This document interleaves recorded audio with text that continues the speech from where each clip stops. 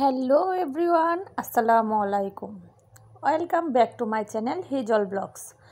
বরাবরের মতো আবারও চলে এসেছি নতুন আরেকটি ভিডিও নিয়ে। আশা করছি আপনারা সকলেই খুব ভালো আছেন, আর আমিও আলহামদুলিল্লাহ আমার পরিবারের সাথে বেশ ভালো আছি। কিছুদিন যাবৎ আপনাদের সাথে তেমন কোনো ভিডিওই শেয়ার করতে পারিনি, আসলে খুব বেশি ব্যস্ততার মধ্যে দিন কাটাচ্ছিলাম। তবে এখন মোটামুটি একটু ফ্রি হয়েছি, তো ভাবছি আপনাদের সাথে এখন নিয়মিত ভিডিও আপলোড করার চেষ্টা করব। তো প্রথম যে ক্লিপসটুকু দেখতে পাচ্ছেন সেটা বিকেলবেলার আমি ছাদে গিয়েছিলাম। অনেক দিন পর ছাদে গিয়ে দেখি আমার গাছগুলোতে ফুল ফুটেছে এবং অন্যান্য পর্তুলিকা গাছগুলো বেশ হেলদি হয়েছে। আর এখন যে ক্লিপসটা দেখতে পাচ্ছেন সেটা হচ্ছে গত যে ভিডিওটা আপলোড করেছিলাম সেই ভিডিওর কিছু অংশ আপনারা দেখেছিলেন। সেই ভিডিওতে আমি আমপুরা শরবত তৈরি করেছিলাম, তো এখানে আমি আমপুরা শরবতের রেসিপিটাই শেয়ার করছি।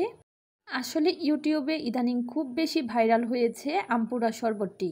গরম পড়ার পর দেখতে পাচ্ছি সবাই আমপুরা শরবতটি তৈরি করছে, তো ভাবলাম আমিও একটু তৈরি করি। সেজন্যই 2টা আম পুড়িয়ে নিয়েছিলাম।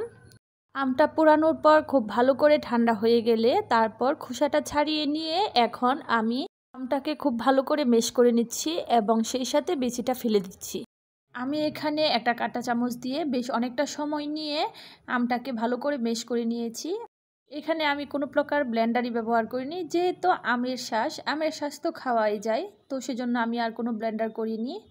যদি একটু একটু দানা দানা থাকে তাহলে সেটাও কিন্তু খেতে ভালোই লাগবে। তারপর এখানে আমি দিয়ে দিচ্ছি মিষ্টির জন্য চিনি। আপনারা যতটুকু মিষ্টি খেতে পছন্দ করেন ততটুকুই দিবেন। তারপর এখানে হাফ টিস্পুন করে দিয়ে দিচ্ছি বিট লবণ, চিলি ফ্লেক্স এবং কিছুটা মরিচের গুঁড়া। তারপর সবগুলো উপকরণকে আবারও বেশ ভালো করে মিশিয়ে নিতে হবে যাতে করে চিনিটা মেল্ট হয়ে যায়। অ্যান্ড দেন ঠান্ডা পানি দিয়ে খুব ভালো করে এগুলোকে মিশিয়ে নিতে হবে।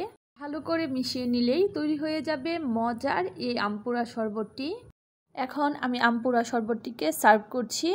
গ্লাসের মধ্যে আমি প্রথমেই কিছু বরফ দিয়ে নিচ্ছি, তারপর ঢেলে দিচ্ছি আমপুরা শরবতটি। ঠান্ডা ঠান্ডা টক জাল মিষ্টি এই আমপুরা শরবতটি খেতে কিন্তু আমার কাছে খুব ভালো লেগেছে। এই প্রচণ্ড গরমের মধ্যে শরীর পানি শূন্যতার মধ্যে ভুগে আপনারা কিন্তু চাইলে এরকম একটা আমপুরা শরবত বানিয়ে খেতে পারেন।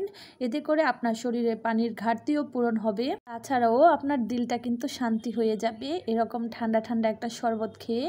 আমার কাছে তো পার্সোনালি এই শরবতটা খুবই ভালো লেগেছে। আমি এর আগে কাঁচা আমের শরবত খেয়েছি, কিন্তু আমটা পুড়িয়ে যে শরবত করা যায় সেটা আমি জানতাম না, ইউটিউব থেকে দেখে শিখেছি। তো আমার কাছে পার্সোনালি ভালো লেগেছে, আপনারা বাড়িতে চেষ্টা করে দেখবেন, ভালো লাগবে। তো আমি শরবতটা খেতে খেতে আজকের ভিডিও থেকে এখানেই বিদায় নিচ্ছি। দেখা হবে পরবর্তী ভিডিওতে। সেই পর্যন্ত আপনারা ভালো থাকবেন, সুস্থ থাকবেন। আল্লাহ হাফেজ।